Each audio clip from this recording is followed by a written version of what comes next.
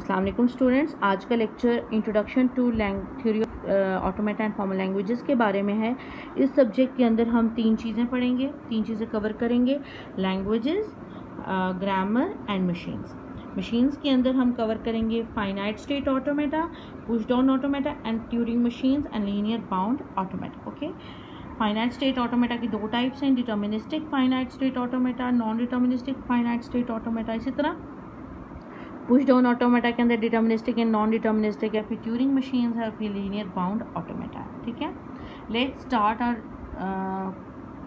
Lecture with languages. Okay, languages क्या है?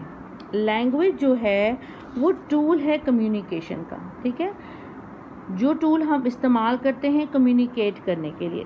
Building blocks क्या हैं लैंग्वेज के? अल्फ़ाबेट है, वर्ड है, सेंटेंसेस हैं। ठीक है, जिनको हम स्टेटमेंट्स भी कहते हैं। अल्फ़ाबेट्स क्या हो गया? जैसे ए बी सी, अलिफ बे, इसी तरीके से बाकी चीज़ें हैं। ठीक है, तो इस वर्ड क्या हो गया कि जो आपके अल्फ़ाबेट्स जो हैं मिल के बनाते हैं, और वर्ड्स मिलके क्या बनाते हैं? सेंटेंसेस। ठीक है, अल्फ़ाबेट से मिलके आप बनाएंगे, मिला के बनाएंगे वर्ड, और वर्ड से सेंटेंसेस, और सेंटेंसेस फिर आपकी लैंग्वेज बनाएंगे। तो वर्ड और सेंटेंसेस को आप स्ट्रिंग्स भी कहते हैं। फिर एक और चीज़ होती है ग्रामर। ग्रामर क्या है? ग्रामर जो है वो रूल्स हैं जो यूज़ होते हैं आपके वर्ड्स और सेंटेंसेस बनाने के लिए। ठीक है, जो रूल्स आप इस्तेमाल करके अपने वर्ड्स और सेंटेंसेस बनाते हैं वो ग्रामर कहलाती है। हम जो लैंग्वेजेस पढ़ेंगे वो नॉर्मल लैंग्वेजेस नहीं होंगी, वो फॉर्मल लैंग्वेजेस होंगे। फॉर्मल लैंग्वेजेस क्या होती हैं? वो मैथमेटिकल लैंग्वेजेस होती हैं जिनको आप मैथमेटिकली डिफ़ाइन कर सकते हैं। ठीक है, किसी भी ग्रामर को यूज़ करते हुए, ओके, या एक्सप्रेशन को यूज़ करते हुए। फॉर्मल लैंग्वेजेस क्या होगी? मैथमेटिकल लैंग्वेज होगी, defined by means of formal grammar such as regular grammar और कॉन्टेक्स्ट फ्री ग्रामर। ठीक है, उसके बाद आ गया ये हिरार्की। नॉर्म्स चॉम्स्की ने ये हिरार्की बनाई है आपकी फॉर्मल लैंग्वेजेस की।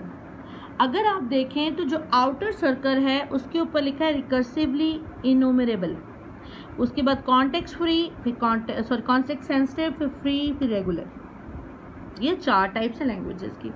रेगुलर लैंग्वेजेस पार्ट हैं कॉन्टेक्स्ट फ्री का। What it means? It means के जो रेगुलर लैंग्वेजेस हैं वो कॉन्टेक्स्ट फ्री लैंग्वेजेस भी होती हैं, लेकिन तमाम कॉन्टेक्स्ट फ्री लैंग्वेजेस रेगुलर नहीं होती।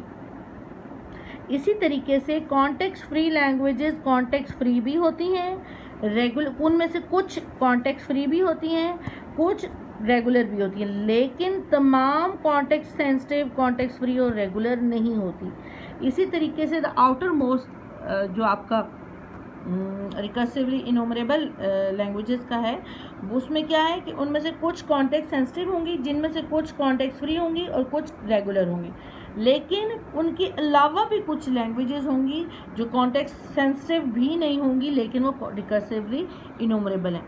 तो इसका क्या मतलब है कि अगर एक लैंग्वेज रेगुलर है तो it is context free, it is context sensitive, it is recursively enumerable, but recursively enumerable language is not bound to be context sensitive, and context sensitive languages are not bound to be context free, and the context free are not bound to be regular. Okay, अब regular languages क्या होती हैं? Regular languages are the languages which can be expressed by a regular expression.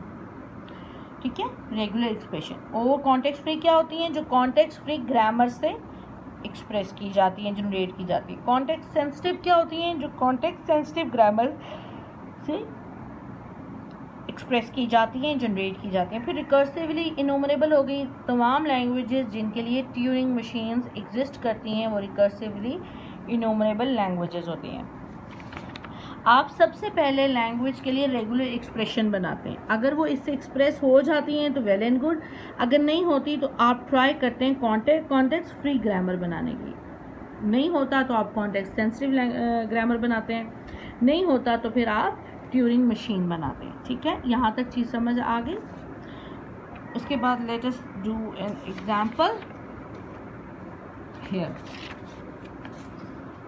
Formal languages में जो alphabet set को denote करने के लिए आप साइन यूज़ करते हैं वो है समेशन का।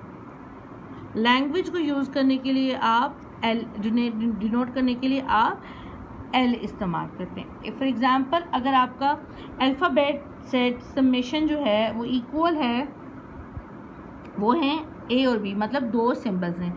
Let me be very clear कि जब हम लैंग्वेज की बात करते हैं तो अगर वहाँ पे 1 2 या ए बी सी या whatever it is written, these are only symbols, okay. Alphabets are only symbols. तो आपके जो अल्फ़ाबेट सेट के अंदर सिम्बल्स हैं वो क्या हैं, वो ए और बी हैं। आपका रूल क्या है कि all strings of a and b of exactly 2, okay. All strings of a and b of length exactly 2, okay. तो ये कौन सी होंगी, ए और बी के ऊपर जो दो लेंथ की हैं, ए बी बी, ओके। इसके अलावा जैसे अगर खाली ए लिखेंगे तो उसकी लेंथ 1 हो जाएगी, अगर आप ट्रिपल ए या ट्रिपल बी लिखेंगे तो उनकी लेंथ 3 हो जाएगी, जबकि हमें एग्जैक्टली 2 की लेंथ चाहिए। तो 2 की लेंथ में हमें 4 ही स्ट्रिंग्स हैं, a b b a, okay. तो आपकी लैंग्वेज के अल्फ़ाबेट क्या हो गए, ए और बी। आपके रूल क्या हो गया, तमाम स्ट्रिंग्स जो 2 लेंथ की होंगी और आपकी लैंग्वेज के अंदर स्ट्रिंग्स क्या होंगी, वो ये चारों होंगी, ठीक है। यहाँ तक चीज़ आप समझ आ गई। दूसरी एग्जाम्पल हम करते हैं। आपका समेशन है, इसका साइन है सिग्मा, इसके सामने ए, आपके अल्फ़ाबेट जो है वो एक ही सिंबल है ए। अगर आप सिग्मा पावर 0 लिखते हैं तो इट मीन्स कि आपका एम्प्टी सेट है, ठीक है। आपकी कोई स्ट्रिंग के अंदर कोई अल्फ़ाबेट नहीं है। इसको आप इस तरह भी शो कर सकते हैं, आप एप्सिलॉन से भी शो कर सकते हैं, आप लेमडा भी से भी शो कर सकते हैं। कुछ बुक्स फॉलो करती हैं एप्सिलॉन को, कुछ लेमडा को, ठीक है। तीनों है एक ही चीज़। अगर आप सिग्मा के ऊपर 1 लिखेंगे, पावर 1 लिखेंगे, तो इट मीन्स कि ये एक ही लेंथ की जनरेट करेगी स्ट्रिंग। एक ही लेंथ की जनरेट क्या कैसे करेगी, आपके पास एक ही अल्फ़ाबेट है तो वो एक ही स्ट्रिंग होगी। ई पावर 2 मीन्स ई क्रॉस ई। आपके पास जितने अल्फ़ाबेट्स हैं उनकी 2 लेंथ की स्ट्रिंग जनरेट होगी। फिर ई पावर 3, आपके पास जितने अल्फ़ाबेट्स हैं उनके 3 की जनरेट होगी। और ई पावर एन, उनकी एन नंबर ऑफ जो आपके एन लेंथ की आपकी स्ट्रिंग जनरेट होगी। हमारे पास एक ही है तो वो एक ही स्ट्रिंग जनरेट होगी एन लेंथ की, ठीक है। यहाँ तक चीज़ समझ आ गई। Let us do another example, okay. अगर हम लिखते हैं सिग्मा, हमारे पास एक ही अल्फ़ाबेट है और लैंग्वेज का रूल है हमारा जी कि हमारा स्टैरिक लिखा हुआ है। स्टैरिक का क्या मतलब है, स्टैरिक का मतलब है मल्टीपल, मतलब 0 से लेकर n तक, ठीक है। स्टैरिक का मतलब मल्टीपल है, 0 से मैनी, ओके। तो आपकी लैंग्वेज में क्या हो गया, एक एम्प्टी सेट हो गया, एक ए है, 2 ए हैं, 3 ए हैं, 4 ए हैं, 5 ए हैं और अप टू सो ऑन, ठीक है। यहाँ तक चीज़ समझ आ गई है। फिर लैंग्वेज आती है आपकी कि उसकी एक और एग्जांपल। इस लैंग्वेज में क्या है कि आपका अल्फ़ाबेट क्या है, 0 और 1। मैंने दोबारा कहा कि जब हम लैंग्वेज की बात करेंगे तो ये सिम्बल्स हैं, नंबर्स नहीं है। आपकी लैंग्वेज का रूल क्या है कि तमाम स्ट्रिंग्स ऑफ ऑड लेंथ क्या होगी कि उसके अंदर नंबर ऑफ जो सिंबल्स हैं वो ऑड होने चाहिए। मतलब 0, आपके पास आप परमिशन आप 0 रख सकते हैं, एक आप 1 रख सकते हैं, ठीक है। लेकिन अब 0 0 या 0 1 या 1 0 नहीं रख सकते, क्यों, क्योंकि उनकी लेंथ 2 है। लेकिन आप 0 0 रख सकते हैं, 0 0 1 रख सकते हैं, मतलब 3 की लेंथ में रख सकते हैं।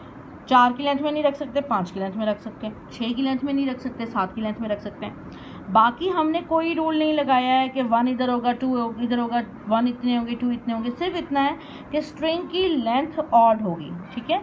तो स्ट्रिंग की लेंथ ऑड कैसे होगी कि अगर उसकी अल्फ़ाबेट जो उसके अंदर हैं वो ऑड नंबर में होंगे, ठीक है। I hope you understand. आज के लिए इतना बहुत है, इंशाल्लाह नेक्स्ट लेक्चर में हम आगे पढ़ेंगे। Thank you.